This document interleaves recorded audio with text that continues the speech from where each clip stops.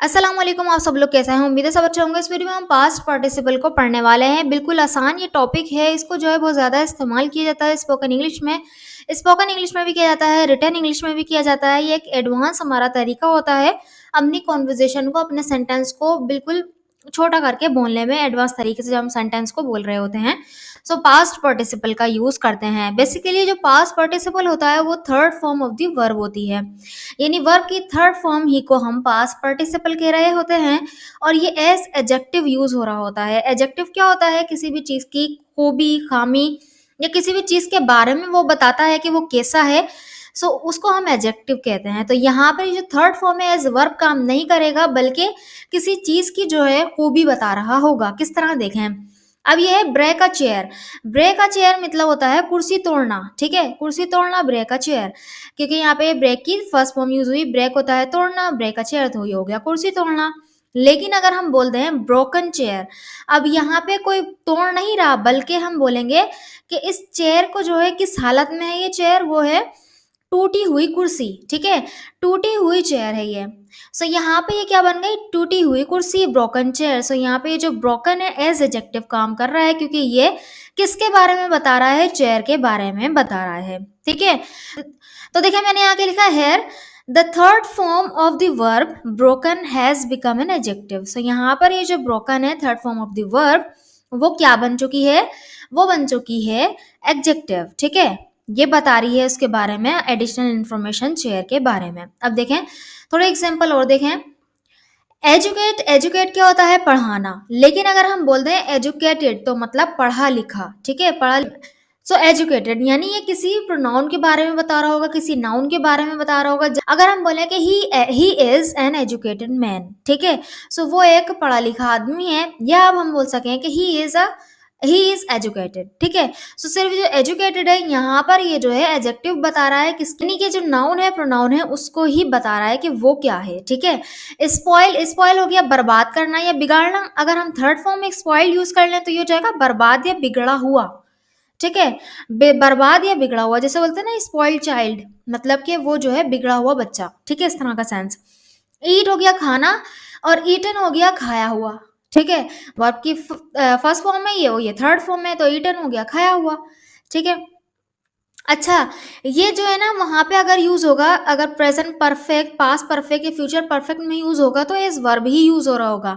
लेकिन जब हम इसको अलग से यूज करेंगे, वर्ब की थर्ड फॉर्म को एज एडजेक्टिव यूज करेंगे जब सेंटेंसेस में, तो इसका मतलब ये होगा। ठीक है, सो हम इसको सेंटेंसेस में देखते हैं तो आपको और अच्छी तरह से समझ में आएगा कि किस तरह से ये काम कर रहा होगा। देखें, जैसे ये सेंटेंस है, शीशा टूटा हुआ है।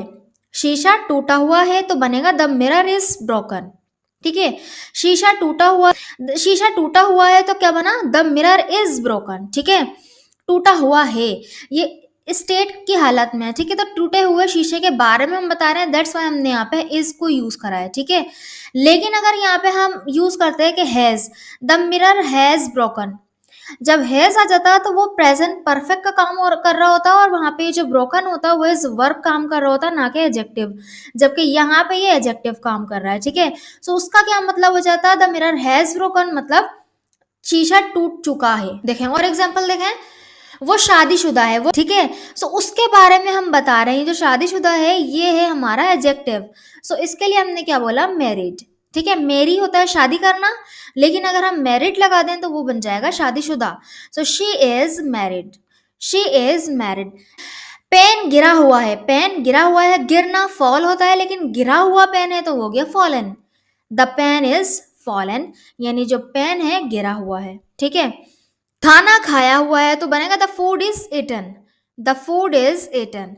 ठीक है, इसका एक और मतलब भी निकलता है, वो ये कि जो है द फूड इज ईटन। अब देखें यहाँ पे जो इज और ईटन यानी वर्ब की थर्ड फॉर्म यूज हो रही है, यहाँ पे जो एक और मतलब भी इसका निकलता है कि प्रेजेंट इंडेफिनिट का जब हम पैसिव बना रहे होते हैं ना, सो उसके लिए भी हम क्या यूज करते हैं? वर्ब की थर्ड फॉर्म यूज करते हैं और इज एम आर का यूज करते हैं ना। सो यहाँ पे द फूड इज ईटन, तो यहाँ पे हमारा एक मतलब और भी हो सकता है कि खाना खाया जाता है, खाना खाया जाता है। लेकिन यहाँ पे जो है हमारा जो सेंस है वो एस एडजेक्टिव हम यूज कर रहे हैं। जब हम बोल रहे होंगे सो वहां पे हमने खुद डिसाइड करना है कि हम उसको एज एडजेक्टिव बोल रहे हैं या एज वर्ब बोल रहे हैं, ठीक है। वो पढ़ा लिखा है, he is educated, he is educated, वो पढ़ा लिखा है, ठीक है। नेक्स्ट सेंटेंस है सब कुछ बिखरा हुआ है, सब कुछ बिखरा हुआ है, बिखेरने को बोलते हैं स्कैटर, ठीक है। लेकिन जब हम वर्ब की थर्ड फॉर्म बना देंगे इसको तो स्कैटर्ड यानी सब कुछ बिखरा हुआ है, एवरीथिंग इज स्कैटर्ड यानी सब कुछ बिखरा हुआ है। इसका एक और मतलब भी निकलता है, वही पैसिव, प्रेजेंट इंडेफिनिट का पैसिव अगर हम बनाना चाहें तो बनेगा ये कि सब कुछ बिखेर दिया जाता है, इस तरह का सेंस होगा। लेकिन जो है बोलते वक्त हमारा जो सेंस होगा वो फिलहाल यहाँ पे एडजेक्टिव है, यानी कि सब कुछ बिखरा हुआ है। सफा फटा हुआ है, the page is torn, the page is torn, tear होता है फाड़ना, लेकिन जो है इसकी जो थर्ड फॉर्म होती है टॉर्न, यानी कि ये यहाँ पे एज एडजेक्टिव काम कर रहा है। द पेज इज टॉर्न यानी सफा फटा हुआ है। अगर इसको पैसिव में लिया जाए तो पैसिव में बन जाएगा कि सफे को फाड़ा जाता है, ठीक है। लेकिन यहाँ पर हम ये जो यूज कर रहे हैं अभी फिलहाल एज एडजेक्टिव यूज कर रहे हैं, तो मतलब इसका क्या है, यहाँ पर सफा फटा हुआ है, ठीक है। इसको और सेंटेंसेस में यूज करते हैं, देखते हैं। जैसे कि तुमने टूटा हुआ पेन खरीद लिया है, तुमने टूटा हुआ पेन खरीद लिया है। सो यानी कि जो पेन है उसके बारे में जो एडिशनल इंफॉर्मेशन है वो क्या है, टूटा हुआ, तो बनेगा यू हैव परचेज्ड, तुमने खरीद लिया है, अ ब्रोकन पेन, टूटा हुआ पेन, ठीक है। यू हैव परचेज तुमने खरीद लिया है, ब्रोकन पेन एक टूटा हुआ पेन, ठीक है।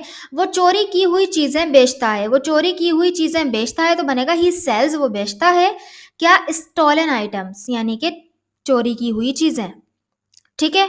अभी देखिए ये सेंटेंस, मैंने एक जख्मी शख्स को देखा, मैंने एक जख्मी शख्स देखा, तो बनेगा आई सो एन इंजर्ड मैन, ठीक है।